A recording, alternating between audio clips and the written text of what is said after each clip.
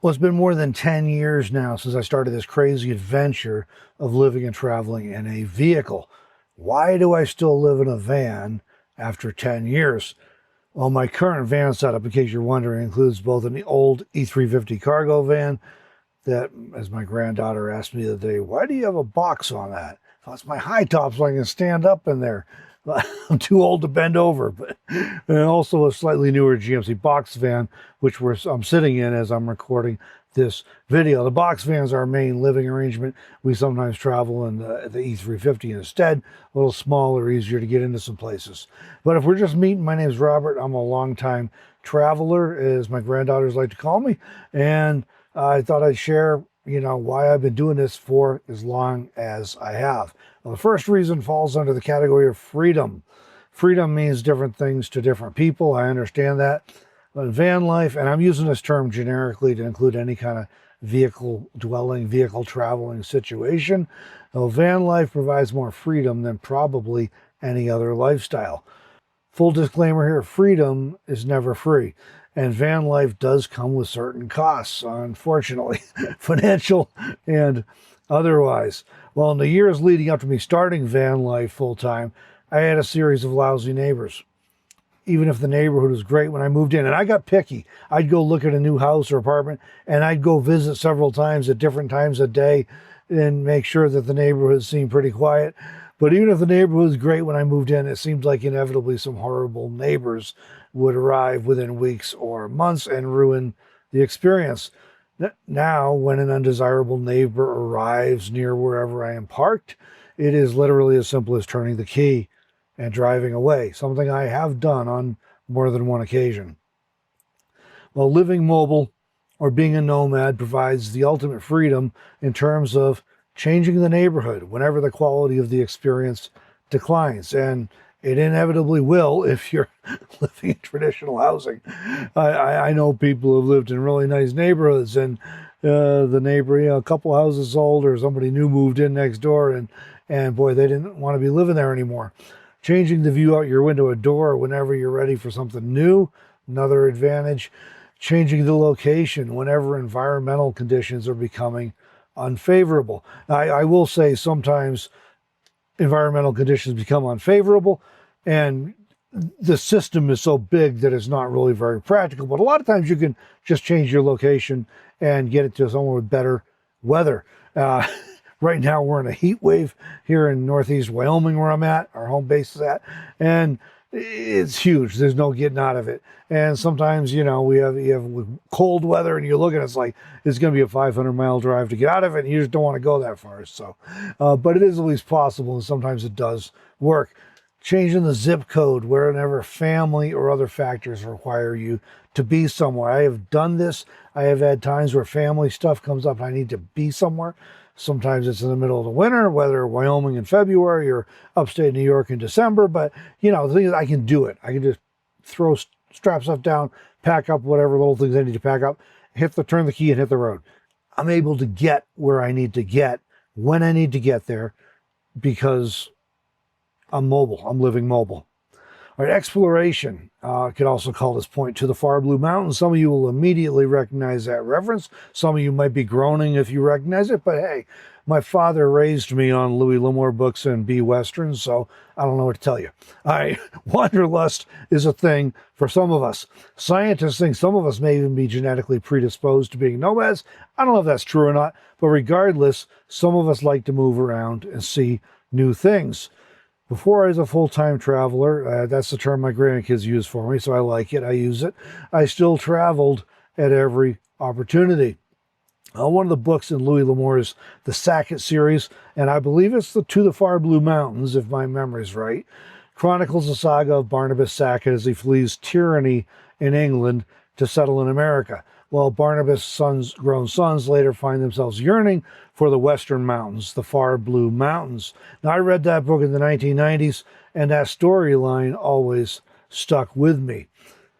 Well, van life provides the ultimate opportunity for exploration, for chasing whatever may be over the distant horizon beyond the far blue mountains.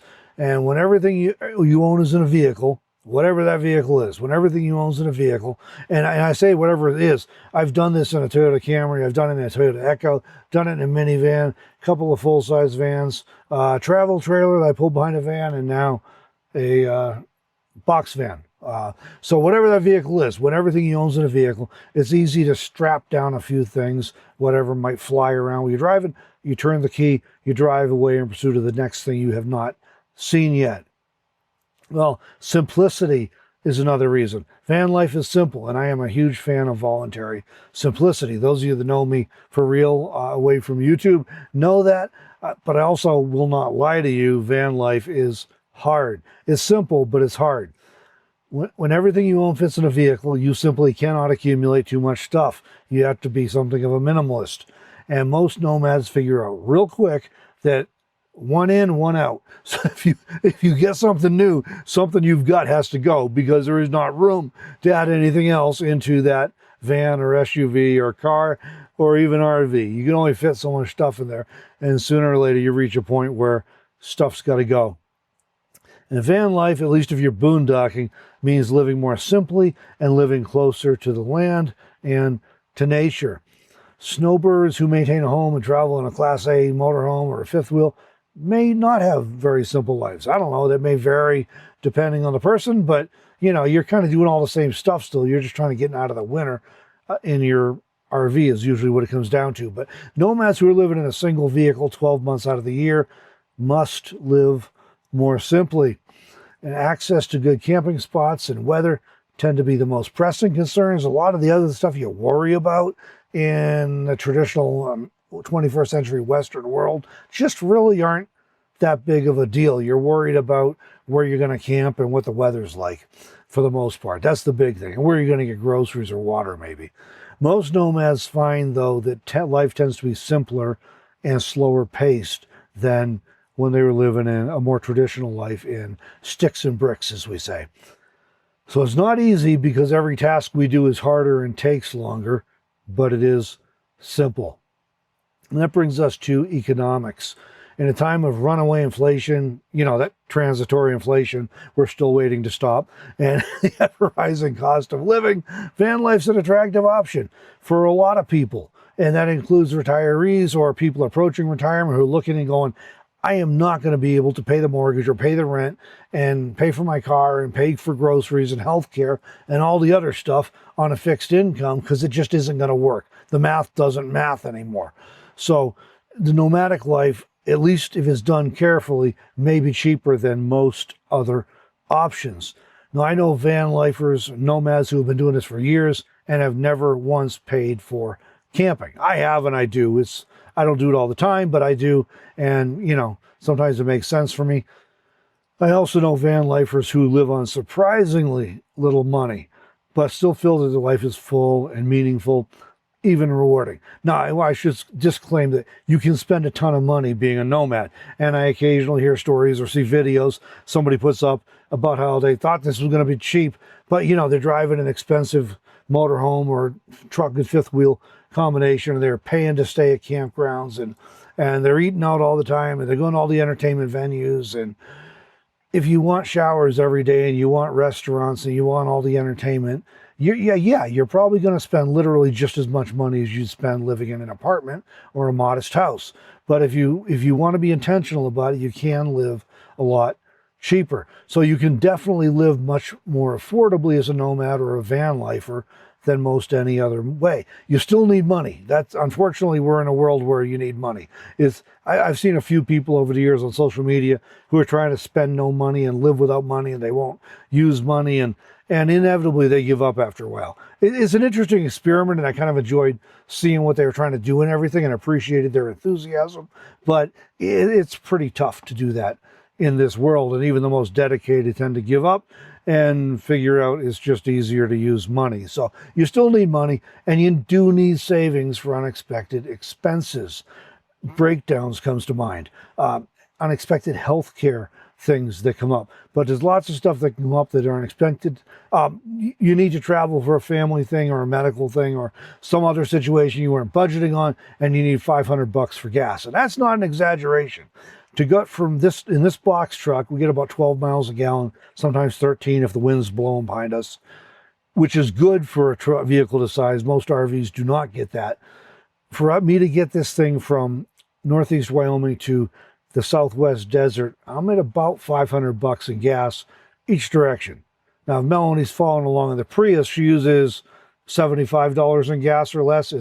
It's laughable. But and if I'm driving my van, it's not much better because I get, you know, if I'm lucky, 14 or so out of that. But I have to run premium fuel in that because it's got a 300,000 and some thousand mile engine in it, and the injectors are worn out. You know, it just doesn't like to run on 87 octane. So I have to run 91 to 93 octane. So it still ends up being pretty much, you know, the same kind of money. So you need some savings because things come up, and it usually comes up at the worst possible time. That's life, right?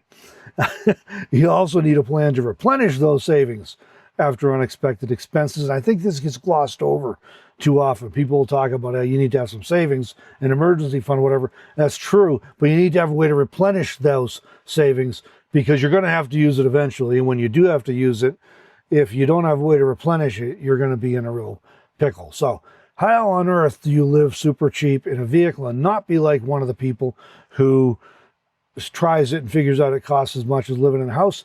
Well, you can camp for free if you're, most of the time at least, if you're intentional. Some people manage to do all the time. The less you have to be certain places, the easier it is to camp for free. And I'm going to tell you, this is way, way, way easier out here in the American West. If you're in the Midwest or the Northeast or the Southeast, it's going to be a lot more difficult. We just have way more public land out here where you can camp for free for and stay for 7, 10, 14 days and then move on. So it is a lot easier out here in the West. But camp for free whenever possible. Intentional driving to save fuel. I know they all think, well, we want to travel around. And most nomads, new nomads, it's the first years when they do most of their driving. Then you kind of slow down because you figure out that all the driving is exhausting and you want to relax a little bit. If you've been doing it 10 years, you probably really slow down. You still like to go out and do stuff, but you just don't want to drive all the time. You want to find a good spot to park and hunker down for a while. So, but intentional driving to save fuel, because for most nomads, the two biggest expenses are fuel and groceries. So if you can control those two things, you're going to be miles ahead. Your budget's going to be much better, which leads us to the next point, intentional grocery shopping to save money. But I want to emphasize here, I strongly suggest, you do you, but I strongly suggest you don't just buy garbage because it's cheap, that you make sure you're eating food that's healthy, because if you end up with a bunch of health problems, you may not be doing the nomad thing anymore because you won't be able to. So I recommend trying to balance cost conscious with well, let's say cost conscious and healthy versus cheap, because cheap might cost you in the long run. And cheap or free entertainment. You don't need to pay much for entertainment these days. So if anything, free entertainment is even better, but you know, learn to do so, to be entertained by things that are cheap or free. Avoid debt, because your monthly bills have a huge impact on how you can do this, how well you can do this. So the less bills you have every month, the better. I have a spreadsheet of all my bills, and I literally review it at least once a month to see if there's anything that's on there that's not providing me maximum value anymore. And that's especially true in this day and age of pretty much everything moving towards being subscription-based, which annoys the heck out of me. I'm sure it annoys some of you too. But yeah, I review regularly to see, am I still getting enough value out of this expense to where I want to pay for it every month, or can it maybe go away? It might even be a good thing, but is it enough value to contribute to my monthly expenses? Because the higher my monthly expenses, the more I got to work to pay for stuff, and the less I can do the stuff I want to do. And I recommend doing the math on whether you need full insurance coverage on your vehicle, because if you only need liability, you can save a whole lot of money on that. Now, I have had times when I was driving a vehicle that probably wasn't worth having full coverage on, where I still paid for the full coverage because it wasn't too expensive, and I felt like my budget was such that if something happened to it, I travel a lot in parts of the country where deer and antelope and buffalo roam. Okay, so the chances of having a deer or a pronghorn antelope or a bison, or sometimes literally, or a bear or an elk or a moose or some other a cow, we have free range cows out here, wander into the road is real. And that doesn't account for all the distracted and otherwise impaired drivers. So sometimes I have carried it just because I felt like it was worth it, because it would be a hardship if I had to replace the vehicle and did not have that full coverage. So, but most times, if I'm feeling okay, a little bit okay, you know, if I got enough in savings, I could replace something if I had to. I usually will just carry liability, because here's the bottom line. The insurance company is going to try and nickel and dime you if you file a claim anyways, and they're not going to want to pay you what your vehicle is actually worth. And so you just got to do the math. Is that worth it? Or am I better off just kind of self-insuring, basically? That's a decision you have to make for yourself based on your situation. And finally, this will be a little bit controversial. I don't mean it to be, but it probably will be. You don't need a fancy rig. This is all the rage. When I started doing the van life thing 10 years ago, it was not a thing. But now there's a lot of people that have really fancy rigs. And all I can say is, if you have the budget and you want a fancy rig, have at it. I mean, there's nothing wrong with it if you can afford it and you want it. But if you're trying to do this on something of a affordable budget, you don't need fancy. You can be very, very happy and have a very good life and have a great time traveling in a very basic, simple rig. So, you know, you don't need it. If you want to do it and you can afford it, that's cool. That's all I got to say on that topic. All right, so these are my top reasons just off the top of my head. I probably could come up with a few more if I wanted to think about it for a while, but then this video will be half an hour or 45 minutes long. So but these are my kind of top reasons for why I'm still living in a van, or box van very specifically right now, after 10 years. But what about you? That's the big question here. What about you? Are you a nomad? Are you thinking about becoming a nomad? And what are your reasons either way for why you think living in a van or you know, affordable RV or whatever it may be might be right for you? Leave me a comment with your experiences down below.